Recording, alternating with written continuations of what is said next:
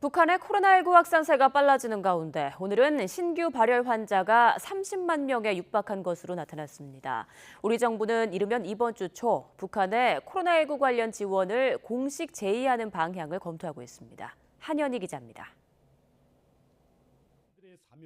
코로나19는 북한 내부에 빠른 속도로 퍼지고 있습니다.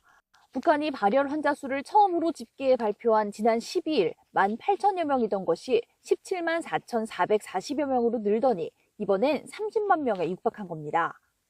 지난달 말부터 발생한 발열 환자는 모두 82만 620여 명에 달합니다.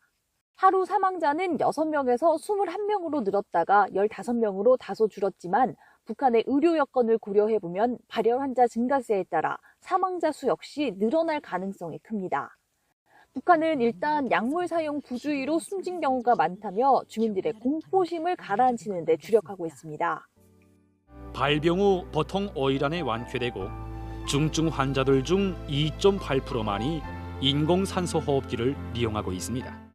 우리 정부는 조만간 북한에 지원 의사를 공식적으로 전달할 방침입니다. 통일부 당국자는 아직 구체적인 시기가 확정되진 않았지만 북한 내 코로나 확산 상황과 신속한 대응 필요성 등을 고려해 가급적 빠른 시일 내에 북측에 관련한 제의를 할 예정이라고 밝혔습니다.